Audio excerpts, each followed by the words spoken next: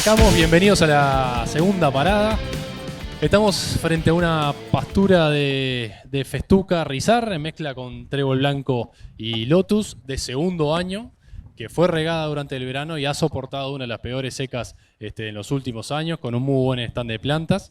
Y esta pastura viene, digamos, de la rotación que se estuvo describiendo anteriormente. O sea, el antecesor de esta pastura es un Ryegrass italiano, o sea, antes había Ro, después vino Ryegrass italiano y después se niveló y se preparó la chacra y se sembró también los primeros días el 21 de marzo del 2022, en muy buena fecha, y ahora vamos a ver las características. En esta parada nos acompañan Martín, Federico Noya, gerente de desarrollo de PGG, quienes nos contarán sobre el sistema de riego, su funcionamiento y las producciones obtenidas. También nos acompaña Diego Tei, productor agrícola ganadero de Salto, y desde INIA, Fernando Latanzi, investigador principal de pasturas, con quien conversaremos sobre la persistencia de la festuca. Bueno, muchas gracias, Ana. Primero, es una belleza lo que estamos viendo con el tema del ganado. Estaría bueno que nos comentes qué estamos viendo, Martín, cómo es esta pastura y, bueno, lo que quieras. Sí, acá estamos como comentaba, una pradera de segundo año. La idea es, como venimos diciendo, utilizarla con la categoría más eficiente, que son la categoría de terneras y terneros. Este año optamos por poner acá las terneras más chicas. Estas son hay 400 terneras ahí, son las más livianas de la generación, para que llegar con buen peso a la primavera, y de ahí para adelante seguirían a campo natural para lograr un entore a los 2 años con buen peso. Estas terneras, no tengo la planilla, andarán en 200, 240, por ahí creo que estaban. 240. Y están con una ganancia arriba del medio kilo. Esto no es normal, la idea no es poner terneras acá la prioridad la tiene el macho. El ternero macho viene primero en la escalera, después la ternera hembra. Estas terneras salieron bastante livianas de los campos de cría por un tema de la seca, y la idea es justamente recuperarlas en base a pastura para no quedar con una generación de cola, la generación de la seca que siempre le decimos. Entonces, bueno, acá tenemos las terneras más chicas. En el camino vamos a ver las terneras más grandes, que están a campo nomás. Y en la última parada vamos a ver ternera del medio, el mejoramiento de campo, que es lo que apuntamos a un sistema normal. Y bueno, más o menos por ahí, en cuanto al tema ganado. Perfecto, Martín. Bueno, como ven acá, estamos en una pastura regada, que en realidad se diseñó el año pasado, forma parte de lo que es un proyecto que se llama Regando la Ganadería del Norte. Es un proyecto en realidad que quiere mostrar lo que son las ventajas de regar las pasturas, su producción, o sea, el aumento de la producción y la persistencia. Y bueno, y tiene como objetivo, en realidad, agarrar como uno de los predios piloto. Se armó el sistema de riego, que en realidad forma parte acá del Ministerio de Ganadería, Agricultura y Pesca, Facultad de Agronomía, CENUR, el Plan Agropecuario, INIA y el SUL. Y bueno, y tiene como objetivo, en realidad, contagiar esta tecnología en el norte. Esta tecnología ya se viene promocionando hace muchos años, entonces bueno, hay la verdad que estructuras hoy que están poco utilizadas de riego, y bueno, la idea es que empezaron a contagiar un poquitito a la gente a hacer este tipo de cosas, y la verdad que está muy muy bueno.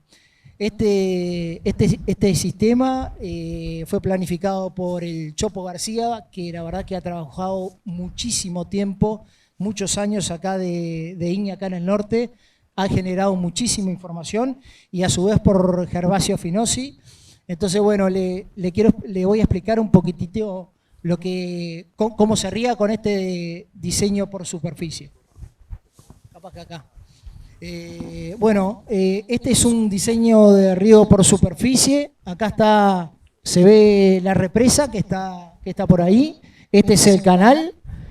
Y lo que se hace primero es, en verano se pasan 2 rastras, 3 rastras, para después pasar 1 o 2 line plane, en realidad, para que quede bien nivelado. Es muy, muy importante que la superficie quede nivelada para después poder regar bien. Luego de que se pasó esos line plane para dejar plano el suelo, se trazan curvas de nivel. Se puede hacer de diferentes formas, se puede hacer con nivel óptico. Hoy hay drones, en realidad hoy, que sacan, vuelan por encima, sacan una foto y van midiendo el perfil y arman las curvas de nivel, que en realidad las curvas de nivel estarían de esta manera.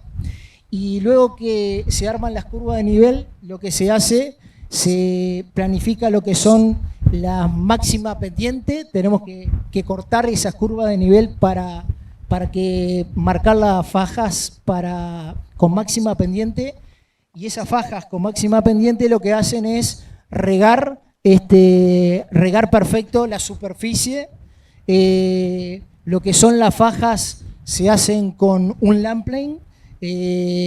Más o menos cada faja depende del ancho del line plane, en realidad, que es entre 7 y 8 metros. Y bueno, y acá lo que vemos, este sería el canal, estas son las fajas a máxima pendiente, y esto que está acá, que está marcado en verde, son lo que son polypipe, en realidad, que tienen sus ventanitas, que a cada faja se le puede poner 1 o 2, dependiendo del caudal que se necesite. Y bueno, y se riega perfecto. Lo más importante que tiene que quedar esto es que quede bien nivelado. Con eso no se tendría ningún problema en este sistema de riego por superficie. Capaz, Martín, yo creo que estos sistemas hace 10 años que lo venimos haciendo en diferentes lugares del país, gracias a Diego Tegui, que aprendemos todos allá en la Magdalena.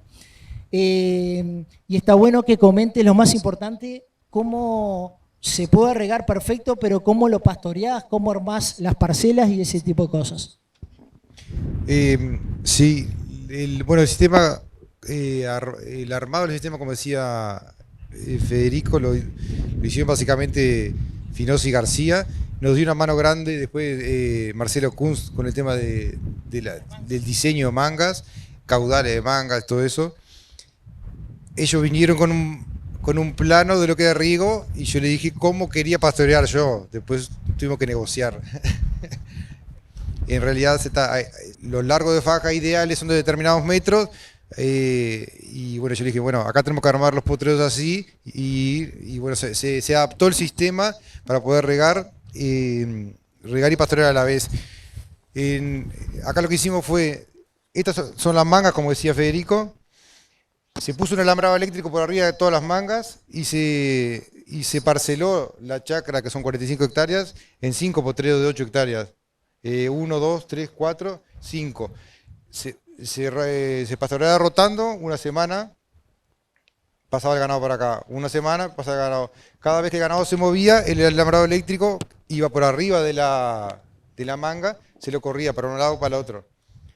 Y bueno, eso básicamente, el pastoreo era en 5 parcelas de pastoreo semanal, y el riego se diseñó para que se regara todo el área en una semana. Es decir, nosotros teníamos 7 días para regar todo. Tratábamos de no regar la parcela que se comía, tratar de regarla una vez que saliera el ganado, o por lo menos no tratar de regar y entrar enseguida con el ganado por el tema de pisoteo.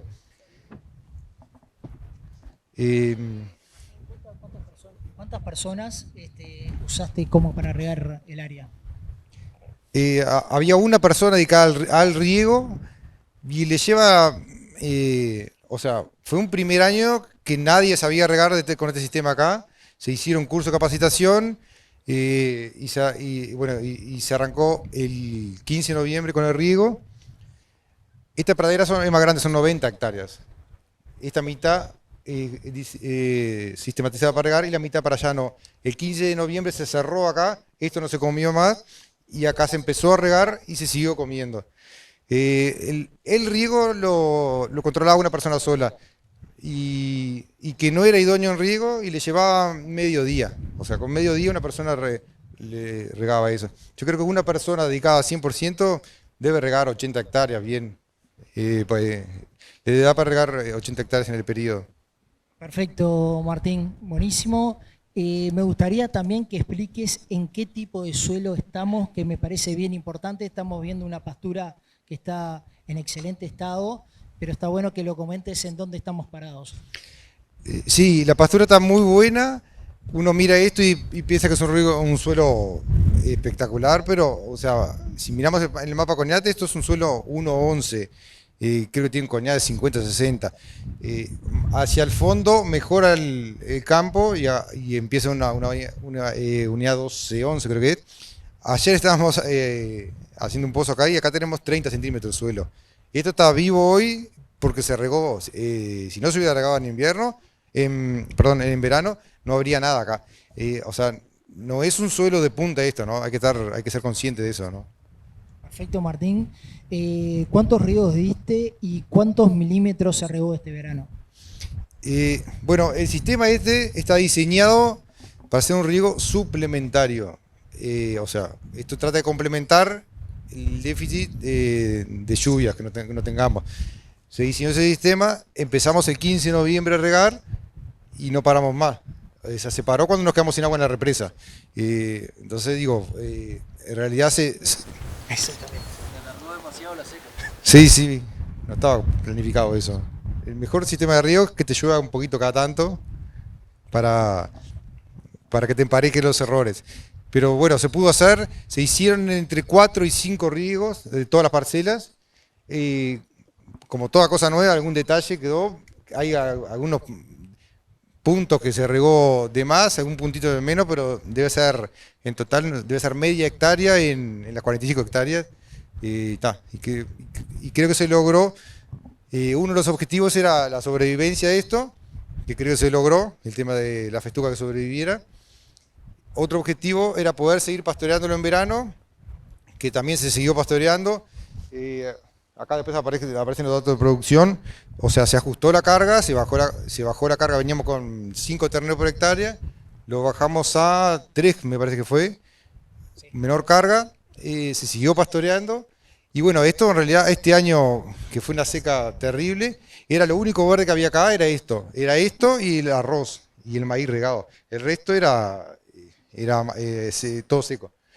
Fue un pulmón muy grande que tuvimos este año. Martín, lo que sí está bueno, que no todos ven, está bueno lo que la producción del año pasado, de lo que es en secano y después de lo que fue del área regada, porque la verdad con la fecha de siembra que logramos con este sistema, que es muy temprano, la verdad que las producciones de carne son muy altas, ¿no? Sí, este cuadrito, después que lo tienen en los repartidos, lo van a ver. Lo que trata de explicar es esto. Se empezó el pastoreo 10 de junio en las 90 hectáreas. Se pastoreó todo hasta el 15 de noviembre y ahí se reparte las dos áreas. El área que está en secano, que está allá al fondo, no se pastoreó más, estuvo vacío hasta el otoño. Se siguió pastoreando desde estas 45. Y acá tenemos la producción. Antes de iniciar el sistema de riego, produjimos 622 kilos y desde el 15 de noviembre al 15 de febrero le agregamos 178 kilos más en verano. Lo que totalizó en un año calendario, unos 800 kilos de carne producida. Que es más o menos lo que datos de investigación que tienen de Zule, Iña, de Cerro Colorado, hablan de eso. 800 kilos más o menos. Exactamente, justamente estábamos leyendo de datos de 10 años del CIEDAC allá en Florida, con 800 kilos de carne, o sea que en el primer año ya cubriste esa parte. Martín, está bueno también que comentes lo que es la producción de forraje en jaulas, la diferencia en lo que fue desde el inicio hasta ahora, que ahí es hasta el 14 de septiembre de 2023, desde el 6 de julio de 2022 hasta el 14 de ahora. ¿Cuánto fue la producción de materia seca de riego y secano? Sí, ahí estamos con, o sea, esto ten en cuenta que es más de un año, ¿no? Es un año y unos meses. Y 2 meses, sí, y 2 meses. Estamos con 19 toneladas y algo en riego frente a 12 toneladas y media. O sea, ahí tenemos 6. Tenemos 6.500 kilos más o menos. 50% más. Un 50% más de producción de pasto, sí, que después se pastorea eso. Lo mismo leyendo datos para atrás de lo que son datos generados por INEA, más o menos los potenciales son 15, 16 mil kilos de materia seca de producción en lo que son pasturas cortas o pasturas largas, por lo cual la verdad que estuvimos en la marca. Así que bueno. Hay otro dato que no aparece ahí, que es el tema de la fecha de entrada en el segundo año. O sea, acá se terminó de regar el 15 de febrero porque no había más agua. Ahí tuvimos que cortar, bueno, cerramos esto. En marzo arrancó a llover de vuelta, se empezó a armar la pastura y en abril ya estábamos comiendo acá de vuelta. El área de secano, que está allá al fondo, por supuesto con la seca que había, perdió planta, mortandad de planta. No sé qué porcentaje habrá muerto, pero poner un 40% de planta que haya muerto de festuca. Se hizo una resiembra con raíz grasa ya al voleo, con la idea de completar los espacios, que no nos quedaran espacios libres. Y bueno, y le entramos a comer un mes y medio más tarde que esta que se regó. Perfecto, Martín. Creo que lo que estás comentando de Iña Camaro, que es un raigras largo, en estos veranos tan duros, en lo que son en algunas festucas del norte, y en en otros lugares, estamos implementando que al segundo o tercer año, si tenemos una gran pérdida de plantas por un verano muy duro, como hemos tenido estos años, es hacer una resiembra con un raigras. No va a complicar a la festuca, va a cubrir los espacios libres en realidad, y la verdad que vas a producir mucha carne con un bajo costo en realidad. Entonces, bueno, creo que eso es algo a implementar, pensar en el norte, porque estas secas van a seguir, y bueno, tenerlo en la cabeza que no es mala palabra hacer una resiembra de un raigras sobre una festuca cuando tenés una pérdida de plantas importante. Capaz, Martín, también nos podés decir cuánto va produciendo hasta ahora de carne, que son... Sí, bueno, como te comentaba, se entró con terneras de pastoreo. Entraron terneras de más de 165 kilos, empezaron a comer acá, y hoy vamos arriba de los 330 kilos más o menos de producción. Esto sin suplementación. Perfecto, Martín, o sea que viendo la evolución de esto y la cantidad de pasto que hay, nos queda toda la primavera, vamos a terminar seguramente en esos mismos números. Calculo. Sí, seguramente ande arriba de los 500, 600 kilos esto. Yo creo que siempre hablamos de cómo tratar de manejar la festuca en la entrada del verano, dejar qué remanente dejar, para lograr mejor persistencia, mejor stand de plantas. Así que me parece que, Fernando, a ver si nos podés comentar un poco sobre la festuca en esta zona, cuáles son los mecanismos de persistencia, qué claves tenemos que tener para poder lograr una festucas en esta zona y que nos dure por lo menos 4 años como se están haciendo estas nuevas rotaciones. Tú, me acuerdo, tenés un gráfico bien interesante que por cada una de las estaciones haces una recomendación clave, y así que estaría bueno que las compartas con el público. Bienvenido. Gracias, Mateo. Tal cual, más o menos ahí en 2019 publicamos 4 reglas de manejo para asegurar la persistencia de pasturas con base festuca o base dactilis.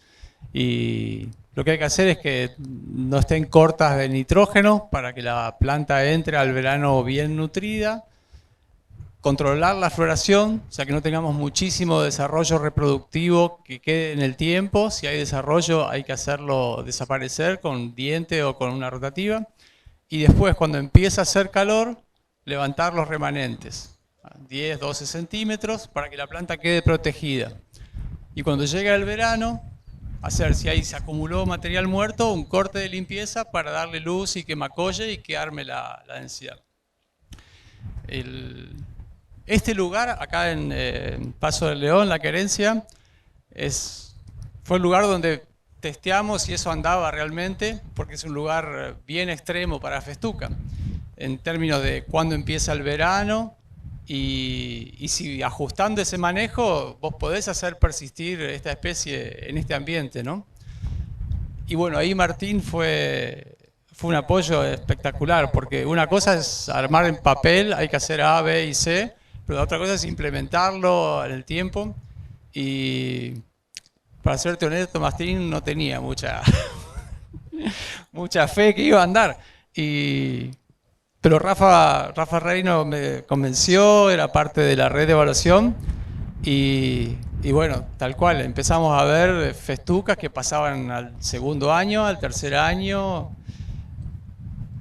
Perfecto, eso lo validamos. Creo que la parte más interesante que generamos de información acá fue en las últimas 2 sequías, la 21-22 y 22-23. 22-23 fue sequía en todo Uruguay, pero 21-22, este pedacito de Uruguay también tuvo una sequía bastante marcada, más que el resto, ¿no? Y nunca habíamos explorado qué rol tiene el agua en asegurar la persistencia cuando las sequías son fuera de escala, ¿no? Y como teníamos acá este sitio experimental, bueno, acá fue donde descubrimos el rol de la calidad del suelo en asegurarte la persistencia o no. Lo que dijo Martín, que con 30 centímetros de suelo, si hay mucha sequía se muere, y si el suelo es más profundo, la festuca la pasa mejor. Yo al menos lo descubrimos acá. Y otro potrero que tiene un lindo gradiente nos permitió armar una curvita de profundidad de suelo versus supervivencia y nos permitió enfrentar la seca 22-23 mejor armados en cuanto a las recomendaciones para distintas zonas de Uruguay, cuánto déficit, o sea, cuántos milímetros te tienen que faltar para que estas especies se mueran, incluso si las cuidas bien. Y bueno, sin este sitio no tendríamos esa información. En cuanto a la persistencia, es todo lo que tengo para decir. Yo creo que lo que todos podemos aprender de este sitio es algo que desde el principio de la jornada me parece fácil apreciar. Es no solamente que vos tenés un plan de qué es lo que tenés que hacer, sino de respetar e implementarlo a tiempo y no negociar los momentos en que se tienen que tomar las decisiones. Ahí está todo el secreto.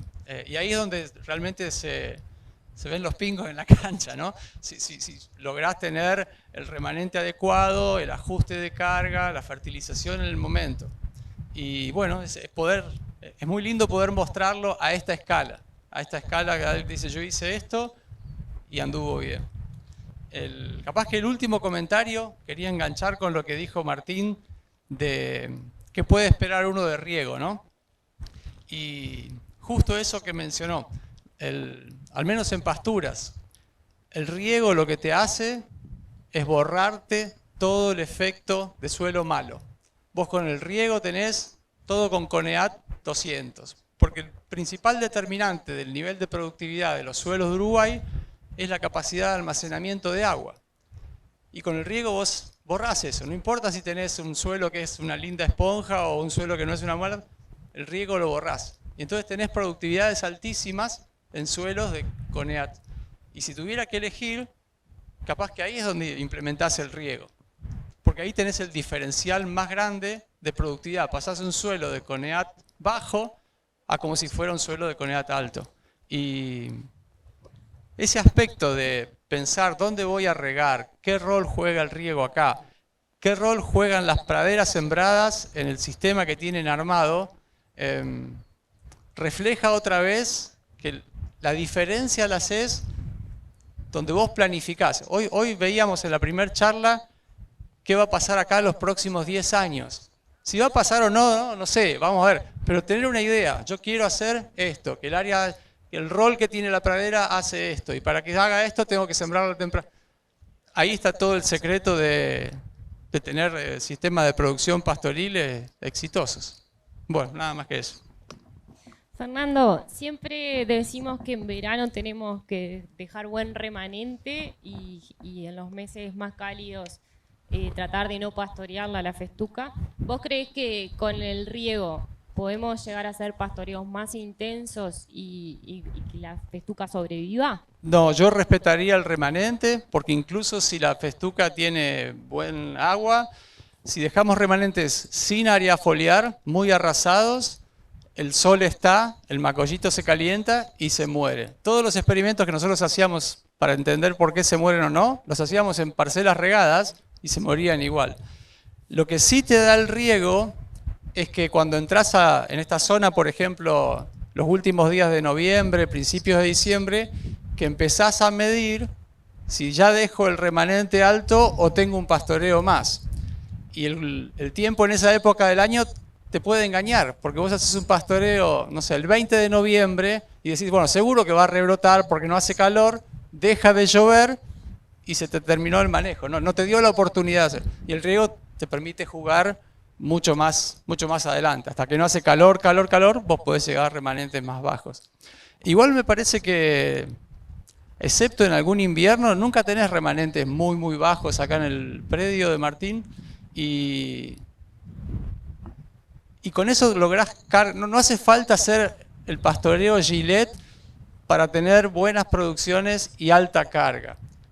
Esa es una cosa que por ahí, no sé, si viene de la idea de que tenemos que ser muy eficientes, llevarme el 90% de lo que hay, pero afectás hasta la tasa de rebrote. En verano afectás la supervivencia, ¿no? Pero en invierno afectás que eso le lleva muchísimo rebrotar. Entonces dejar un remanente que tenga un poquito de área foliar es central siempre. En verano un poquito más arriba. Y riego te permite mantener eso funcionando diciembre, enero, febrero, que son los meses que baja la tasa de crecimiento, ¿no? ¿Debe ser la Rizar que esté más al norte del país o pega en el palo, ¿no? O sea, la festuca Rizar es la primera festuca rizomatosa que lanzamos, que proviene de nuestro programa de mejoramiento en conjunto con Iña y Grasslands Innovations, que hace 4 años que está en el mercado, pisando fuerte cada vez más. ¿Cómo la caracterizaría, Fernando? Sí, es la más al norte, fuera de duda. Debe ser la más al norte de todo el hemisferio sur. En Australia no hay, a nivel del mar, ¿no? Uno se va más al norte, pero más en altura, entonces no hace calor y ahí hay festuca, ragras. Pero a nivel del mar, como estamos acá, es la más al norte seguro. O al menos la más al norte que vivió más de 2 o 3 años, porque la siembran, pero no. Bien. Creo que en Alegrete hay alguna, acá 50 kilómetros al norte.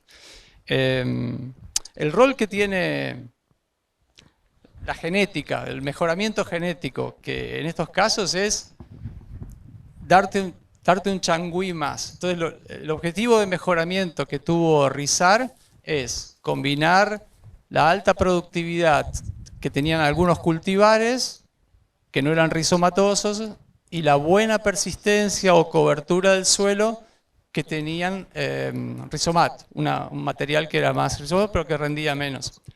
Y son desafíos interesantes porque generalmente las plantas no combinan, no tenés la planta que es más persistente, de más calidad, de más productiva, generalmente uno tiene que elegir. Y a mí me parece que con este cultivar se logró esa combinación de no resignás productividad y mantenés la persistencia. Lo que te da Rizar comparado con otras festucas es que si le errás en el manejo y ese remanente te quedó más bajo, se muere un poco menos. Solamente con la genética, al menos hasta hoy, no podés olvidarte de un manejo correcto para tenerla persistente. No es que la arrasás y va a crecer igual. Pero sí, cuando tenés un desmanejo en verano, te perdona, te da un poquito más de changüí. Bueno, muchas gracias, Fernando. La verdad que pensamos que para esta parada teníamos que elegir un productor que hace años riega, que fuera pionero en esta tecnología, y la verdad que no fue tan difícil. Nosotros a Diego lo conocemos hace 20 años, nos conocemos, Diego, desde que inicié en Samán en el 2002. Y la verdad que siempre ir a la Magdalena era un placer, porque siempre era ahí iba a una estancia, siempre íbamos, era un área de conocimiento, siempre aprendimos muchas cosas. Una de estos sistemas, este sistema yo lo aprendí y lo esparcí por otros lados desde la Magdalena, y la verdad que el nombre era el tuyo. Entonces, bueno, Diego, la verdad que nos gustaría que nos cuentes la experiencia de riego en lo que es pastura y cultivos en el norte, y que nos cuentes un poco la historia. Bueno, buen día. Muchas gracias, Fede. Muchas gracias a los realizadores. Felicitar a los dueños de casa y agradecer, porque estas son instancias que son poco comunes y son muy enriquecedoras. Como decía Federico, nosotros, bueno, hace años que empezamos, y de esto se aprende de lo bueno y de lo malo, y se hace camino el andar. Yo no tuve formación académica, pero por una decisión personal, y siendo muy joven, durante 3 años fui 22 días a Estados Unidos a tratar de aprender, mirando. Predios ganaderos, agrícolas ganaderos, mixtos, netamente agrícolas, y consistentemente todos los predios que estaban arriba en los sistemas productivos, independientemente del año, y ya aprendiendo que el justificativo, el tiempo, ellos lo manejaban como no acá a veces que lo manejamos, que siempre, y la gente que no es de campo no nos entiende. ¿Quién nos va a entender que hace un mes estábamos pidiendo lluvia y ahora estamos pasados por agua en el norte, ¿no? Entonces, consistentemente eran todos los predios que manejaban riego. De distintas maneras, porque hay otras opciones también, que acá es un poco más difícil de tener buena agua subterránea. Y bueno, fue a raíz de eso que ya estábamos en el departamento Salto. Esta zafra de arroz nuestra va a ser la número 30. El arroz lo conocíamos en el plato. Cuando llegamos ahí encontramos que había una represa que daba, en términos de arroz, para unas 100 hectáreas a 14.500 metros cúbicos, que era más o menos lo que se manejaba más común en esa época. Tuvimos la suerte de que le pudimos aumentar por 10 la capacidad. Empezamos a hacer arroz con medianería, productores de acá del departamento de Artigas, que en esos 2 años nos enseñaron muchísimo al manejo del agua, y lo que nos parecía en ese momento un poco medio un cuco, vimos que no era tan cuco, y bueno, no renovamos el contrato y empezamos a plantar nosotros, con lo cual ahora hace 32 años que plantamos, 2 en régimen de medianería y 30 por nuestra cuenta.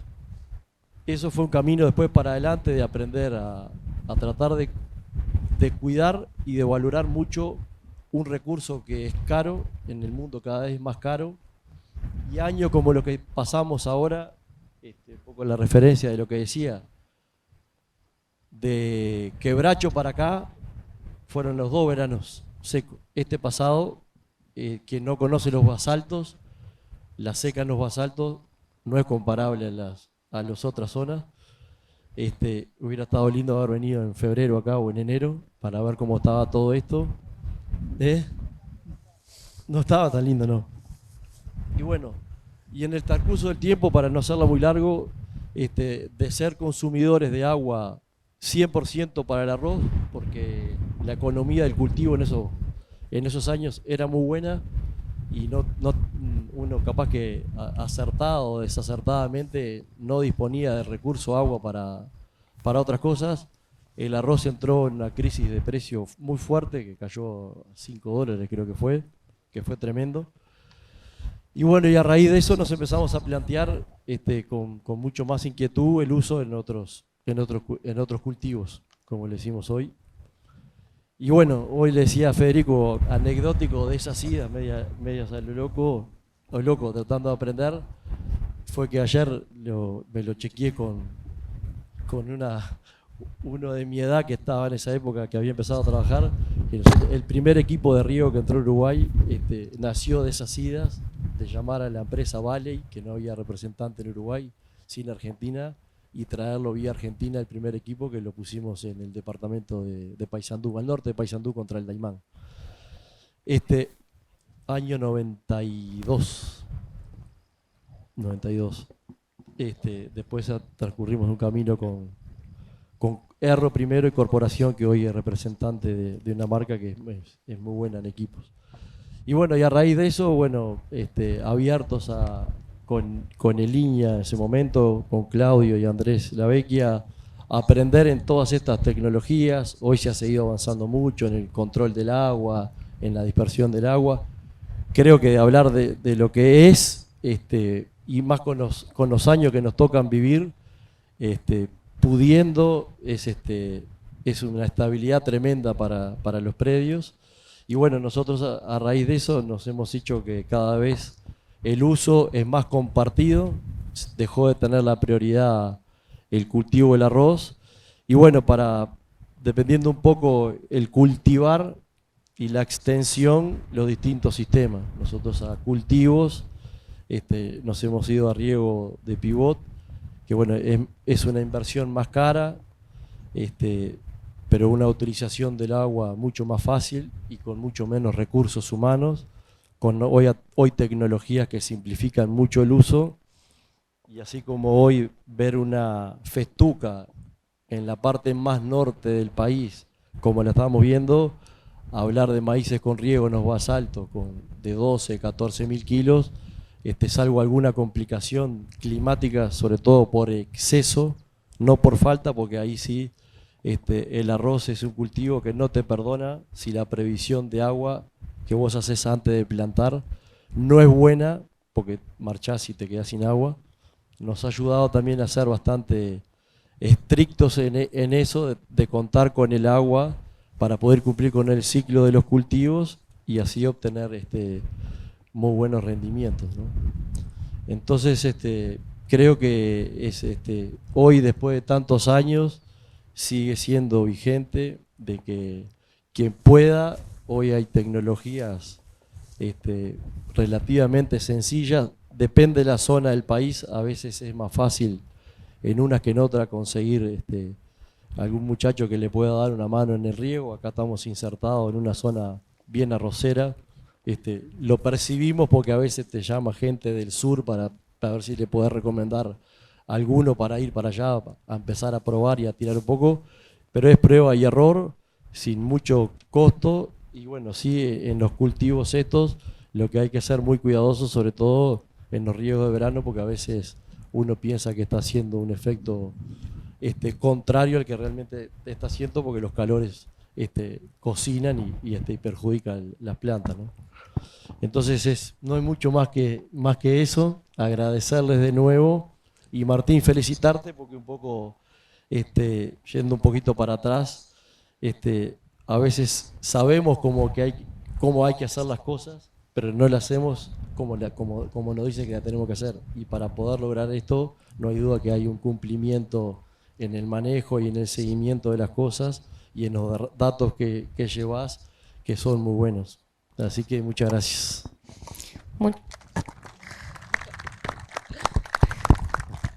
Muchas gracias, Diego. Seguro que hay mucho para contar y mucho para decir, pero bueno, para ir cumpliendo con los tiempos, capaz que pasamos a alguna de las preguntas que nos llegaron del público. La fertilización, la refertilización en las pasturas de segundo y tercer año, Martín, ¿cómo la hacen? Hola. Sí, eso un poco lo habíamos comentado en la parada anterior. La idea es, enero se hace aplicación de fósforo, básicamente fosforita, como habíamos comentado, 300 kilos de fosforita, eso es en enero. para que empiece a actuar, a solubilizarse para llegado marzo, que empiecen a venir las leguminosas, ya esté disponible para la planta. Si lo tiramos en marzo o abril, se empieza a solubilizar a los 2-3 meses, ya nos agarra el invierno y no sé, me parece que no se aprovecha tanto eso. Después la festuca se le hace una limpieza de fin de verano, como decía Fernando. La mayoría de las veces la hemos hecho con vacas, vacas de invernada, vacas en engorde. Es una categoría ideal para eso porque hay un acumulado de pasto. Este año pasado con la seca no tuvimos ese problema, no había exceso de pasto. Y bueno, cuando la festuca empieza a rebrotar, se le hace una aplicación de urea. Ella se hace sí o sí en marzo. Y estamos así, y venimos con una aplicación de potasio también en otoño. Se hace muestreo, pero generalmente a partir del segundo año se hace una aplicación de 100 kilos de potasio. De ahí saltamos a la primavera, donde seguro se hace otra urea más, 80-100 kilos, para potenciar lo que es la primavera en sí.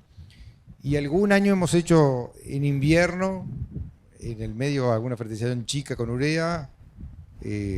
Nos retaron los de Iñe, pero lo hicimos igual. Cuando precisábamos pasto, sí o sí. Y básicamente eso, no es más que eso. O sea, serían 2 ureas, un potasio y fósforo en temprano. Bárbaro, Martín, gracias. Y después tenemos otra pregunta. ¿Por qué Rizar bajo riego y no otra? Y capaz que agrego si es la mejor especie, Fernando, para regar.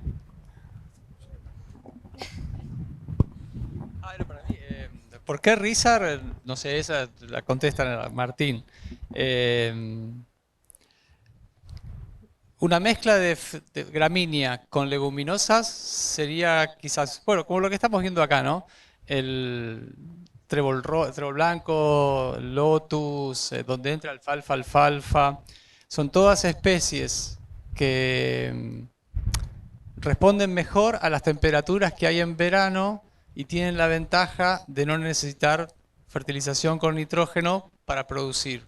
Requieren un poquito más fósforo y potasio, pero creo que se compensa. Entonces, mezclas forrajeras es donde uno podría expresar al máximo la productividad que tenés en verano, pero sin resignar productividad en otoño, invierno y primavera, cuando la pastura tiene que producir en secano, y ahí festuca produce mucho más. Un pasito más, que no sé si se está pensando acá, algo escuché, es cambiar y tener una especie de subtropical, paspalum, como base de tu pastura, ¿no? Como si fuera un sorgo perenne, y esa también es otra gramínea que tiene mucho potencial a altas temperaturas. Ese va a necesitar aplicaciones de nitrógeno para expresar el potencial, pero ahí hay que mezclarlo con algo que te dé la productividad en otoño y primavera. Me parece que eso es lo que podrías comentar. Esa pregunta es como siempre viene, ¿no? Por eso yo dije que se fijen en la gráfica verde, porque esa siempre la van a preguntar. ¿Por qué regar una pastura de invierno? Porque yo tengo pasto de verano. Acá tengo pasto de verano. En el campo, en total, la pastura es de verano. Yo lo que no tengo es pasto de invierno. Yo acá tengo 200 hectáreas de pradera que me tienen que aguantar toda la carga para llegar al invierno. Si yo pierdo esta festuca, no puedo lograr mantener la carga de una unidad ganadera en el año y pierdo el aprovechamiento del pasto barato de verano. Lo que dice Fernando, o sea, eso, la pastura subtropical son los campos naturales. Tenemos pásparo allá abajo. La idea es, estamos pensando cómo mejorarlos, la utilización y su producción, pero básicamente en base al mejoramiento de campo. O sea, tenemos un campo natural bueno, como quien dice, muy de verano, agregarle leguminosa, fósforo, para que eso se potencie. No lo puedo regar, eso sí, no lo puedo regar porque topográficamente no se puede hacer. Bueno, buenísimo. La verdad que para cumplir un poco con los tiempos vamos a dar por finalizada esta parada.